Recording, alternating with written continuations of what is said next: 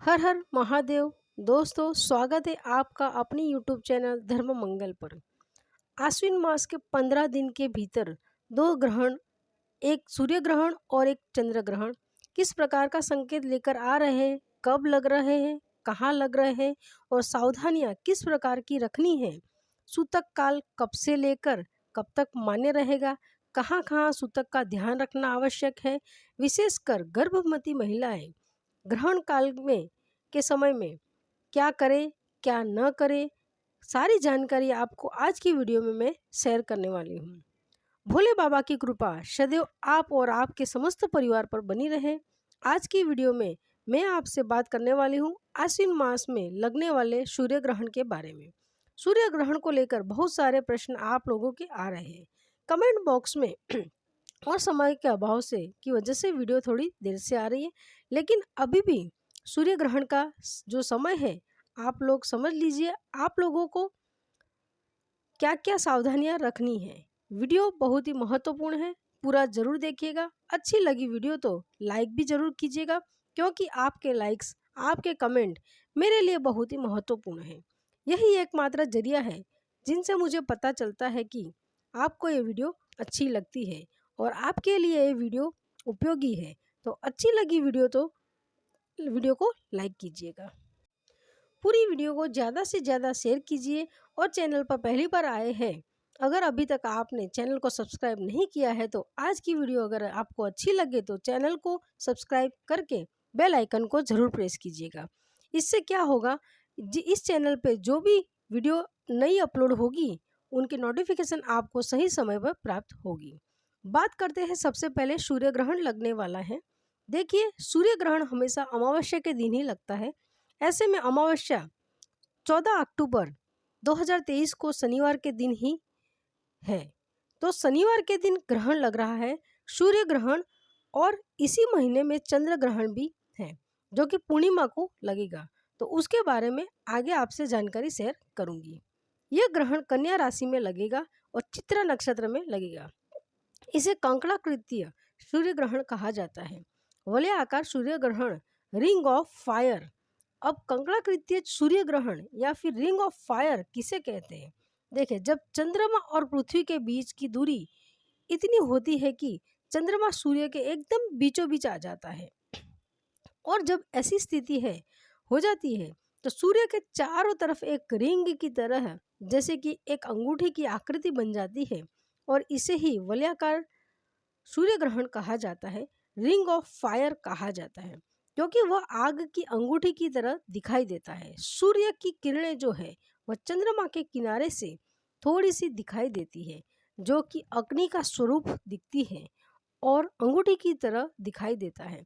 इसलिए इससे कंकड़ाकृतीय या वलयाकार या फिर रिंग ऑफ फायर कहा जाता है। अब यह तो एक साइंस की लैंग्वेज हो गई। अब हम बात करते हैं आगे, लेकिन इस सब के अलावा सनातन धर्म में ग्रहण को एक बहुत ही अलग समय माना गया है। माना जाता है कि इस समय में कोई भी शुभ कार्य नहीं करना चाहिए, पूजा पाठ भी वर्जित माना गया है। इस समय में खाना पीना, सोना, ये सब चीज़ें भी वर्जित मानी गई है। ऐसा कहा जाता है कि भगवान पर कोई संकट आ गया है तो इस समय में हमें अपने भगवान का, अपने ईश्वर का, एक देवता का ध्यान करना चाहिए। सूतक काल में मंदिर के कपाट बंद कर दिए जाते हैं, कोई भी कार्मिक पूजा पाठ नहीं करना चाहिए। मतलब अगर आप धूप दीप अर्पित करना चाहते हैं, भगवान की पूजा करना चाहते हैं, मूर्तियों को स्पर्श करना चाहते हैं, तो ग्रहण काल में नहीं करना चाहिए। इसलिए घर के भी जो मंदिर होते हैं वहाँ पर भी हम मंदिर में पर्दे लगा देते हैं, और घर के बाहर भी जो मंदिर होते हैं, चाहे वह बड़े मंदिर हो या फिर छोटे मंदिर हो, मंदिरों के कपाट बंद कर दिए जाते हैं, मंदिर के दरवाजे बंद कर दिए जाते हैं, ताकि अंदर कोई प्रवेश करके और मूर्ति की पूजा न करे। ऐसा माना जाता है कि इस समय में मूर्ति पूजा करने से अशुभ फल प्राप्त होता है, और ग्रहण लगने से 9 घंटे पहले ही सूतक लग जाता है। तो सूतक काल प्रारंभ हो जाने के बाद ही पूजा पाठ सब कुछ बंद कर दिया जाता है। जो खाने की सामग्री होती है सब में तुलसी के पत्ते या फिर कुसा डाल दिया जाता है।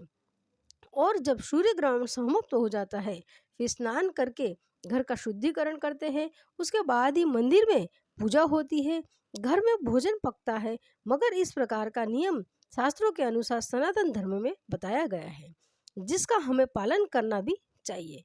क्योंकि लिए कि साइंस भी माने तब कि एक वातावरण में नेगेटिव एनर्जी का प्रभाव रहता है, नकारात्मक ऊर्जा का प्रभाव रहता है।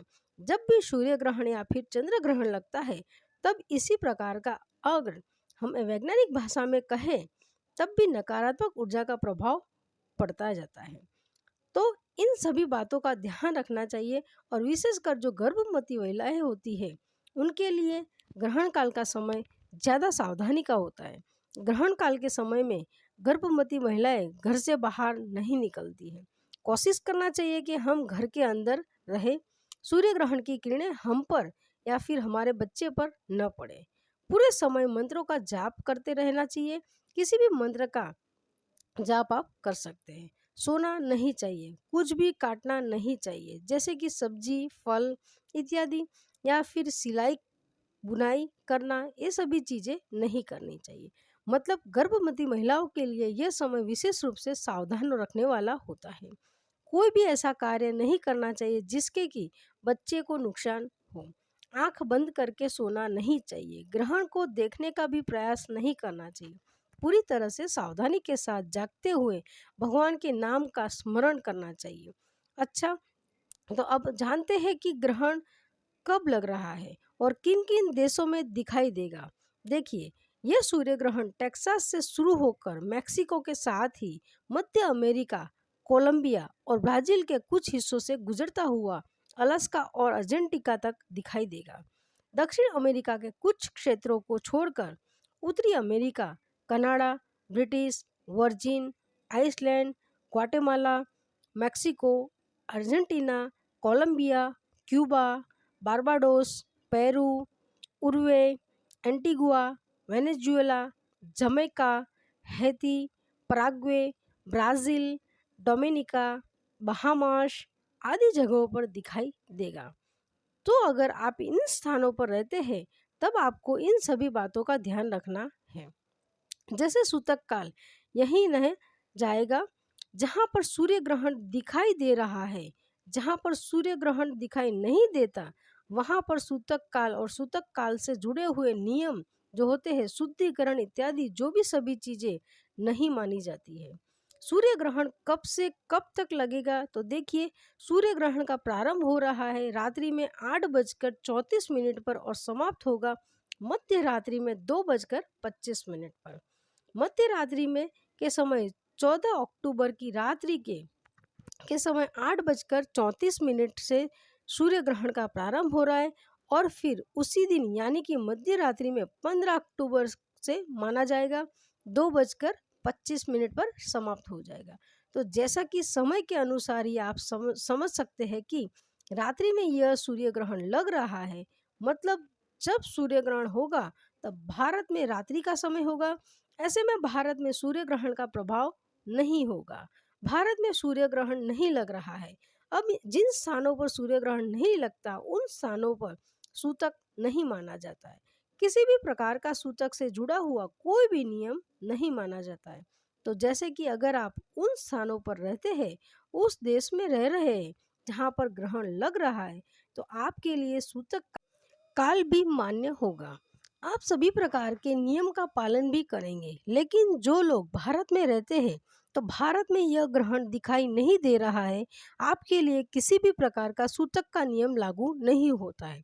मतलब हम सब किसी भी नियम का पालन नहीं करेंगे क्योंकि वो रात्रि का समय रहेगा और शास्त्र के अनुसार जिन स्थानों पर ग्रहण नहीं दिखाई देता उन स्थानों पर किसी भी प्रकार का सूतक नहीं लगता है। तो इस चीज़ का बिल्कुल भी आपको ध्यान रखना है कि किसी की भी बात आपको इस बारे में नहीं सुनना है। अगर आप भारत में रहते हैं, आपके लिए किसी प्रकार का कोई सूतक का नियम नहीं है। बात करेंगे गर्भवती महिलाओं की, तो जैसे मैंने कहा कि सामान्य, बिल्कुल सामान्य है। आपके लिए भी जिस प्रकार से प्रतिदिन रहते हैं उसी प्रकार से रहेंगे। किसी प्रकार के सूतक का नियम किसी के लिए भी लागू नहीं होता। आप गर्भवती महिला है तब भी अगर आप भारत में हैं, आपके लिए किसी भी प्रकार का कोई सूतक का नियम नहीं है। अब बहुत से लोग इस प्रकार की वीडियो बना रहे हैं कि आप लोग घबरा जाएंगे, परेशान हो जाएंगे। ऐसा मत कीजिए, किसी भी प्रकार का सूतक का नियम आपके लिए लागू नहीं होता है। ये शास्त्रों की बातें मनगढ़ंत कहानियाँ कथाएं नहीं है। आप बिल्कुल सामान्य रहें, जिस प्रकार से प्रतिदिन रहते हैं। अगले दिन नवरात्रि का प्रारंभ हो जाएगी, तो सुबह जल्दी उठे ब्रह्म मुहूर्त में और उठकर अपने घर की साफ सफाई करते हैं, जैसे कि हर बार हम करते हैं। घर की साफ सफाई करने के बाद अब स्नान करेंगे।